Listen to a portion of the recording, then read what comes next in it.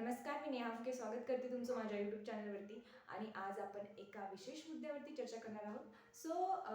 मी आली आहे यूट्यूबवरती तुमच्यासोबत गप्पा-टप्पा मारण्यासाठी. तर गप्पा-टप्पा मारण्यापेक्षा खरंच खूप महत्त्वपूर्ण वाटलं मला या मुद्द्यावरती बोलायला. I just want to talk about it. तर मला हे म्हणायचं आहे की आपल्या भारतामध्ये वेगवेगळ्या जातीप्रंथाचे लोक राहतात, जसं की मराठी, हिंदू, मुस्लिम, ख्रिश्चन, त्यानंतर अजूनही वेगवेगळे प्रकार असू शकतात. तर हे लोक सोबत राहत असताना ते त्यांचे त्यांचे रिच्युअल्स फॉलो करतात. जसं की जे मुस्लिम लोक असतात ते त्यांची कुराण वाचतात. त्यानंतर ते त्यांचे रिच्युअल्स फॉलो करतात, जसं की ईद झालं. आणि वेगवेगळे प्रकारचे सण झाले तर ते काय करतात, ते फॉलो करतात त्यांचे रिच्युअल्स त्यांच्या धर्मानुसार. तसे मराठी लोक पण करतात. त्यानंतर ख्रिश्चन पण करतात, बौद्ध पण करतात. ओके. तर हे जरी जाती धर्म आपण बनवले असले, आपले रिच्युअल्स जरी आपण बनवले असले, तरी मला एक सांगायचं होतं की सबका मालिक एक है.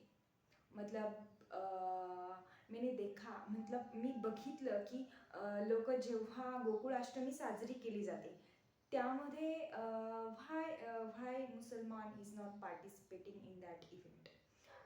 ते तिथे उभे असतात but they are not like respecting that event and all I मी जे काय बघितलं ते. तर माझं असं फक्त मराठी जे सण उत्सव आहे किंवा जे त्यांचे रिच्युअल्स आहे याबद्दल मी बोलत नाही आहे. तर मुसलमानांमध्ये पण त्यांची ईद वगैरे असते, तर त्यामध्ये पण मराठी लोक पार्टिसिपेट नाही करत. काही करतात, काही जण सोडून जर का आपण पकडलं तर ऑल नाही करत. जरी ते पार्टिसिपेट नसतील करत तरी सुद्धा मला असं वाटतं की रिस्पेक्ट तर आपण नक्कीच करायला पाहिजे प्रत्येकाच्या धर्माची.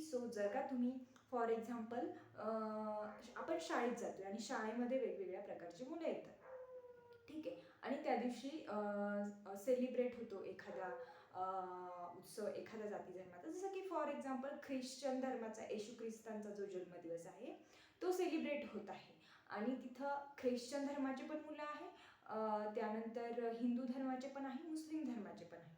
असं करत असताना मुस्लिम धर्माचे जे मुलं आहे आणि हिंदू धर्माचे जे मुलं आहे ते त्याच्यामध्ये पार्टिसिपेट नाही करत, बिकॉज त्यांना नॉलेज नाही आहे त्या याच्याबद्दल. मला माहिती त्यांना नॉलेज नाही आहे, बट रिस्पेक्ट करणं एवढं तर नॉलेज असतं ना प्रत्येकाला, की नाही आपल्याला माहीत नाही याच्याबद्दल, तर इट्स ओके, आपण रिस्पेक्ट करूया त्या जे पण ते काही सेलिब्रेट करत असतील, आपण नमस्कार करूयात, एवढं तर सर्वांना समजतं की नाही.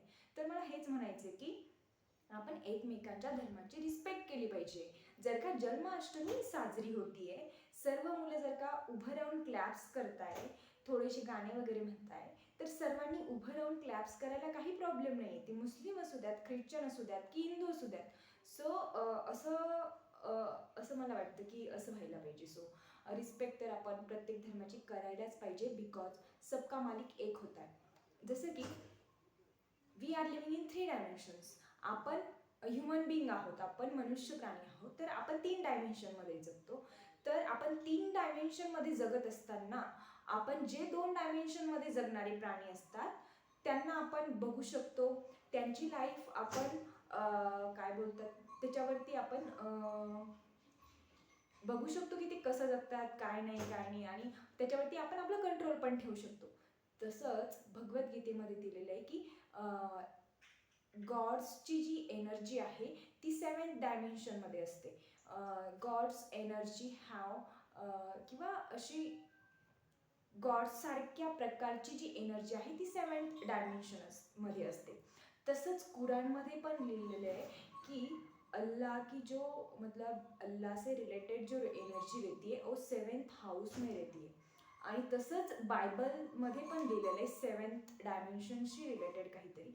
तर मग जर का तुमचे ग्रंथच सेम सेंटेन्स करत असतील तर तुम्ही वेगवेगळे होऊन जगण्यामध्ये काही अर्थ नाही, असं मला तरी वाटतं. मला या टॉपिकवरती फक्त एवढंच सांगायचं होतं की सबका मालिक एक आहे आणि आपण एकमेकांच्या देवतांची मला माहिती आहे की मी जर का मराठी असेल तर मला मुस्लिमांचा ग्रंथ मी वाचलेला नाही आहे, मला त्याच्याबद्दल नॉलेज नाही आहे, पण मला एवढं नॉलेज आहे की मी त्यांचं रिस्पेक्ट करेल, त्या ग्रंथाची रिस्पेक्ट करेल, because we all are one person create all of us. So एकच जण आहे ज्याने आपल्याला बनवले आहे आणि सबका मालिक एक है आणि एक था और एक ही होगा. सो हेच मला या व्हिडिओमध्ये सांगायचं होतं. बाकी तुम्हाला काय वाटतं ते तुम्ही कमेंट डाऊन करू शकता. थँक्यू.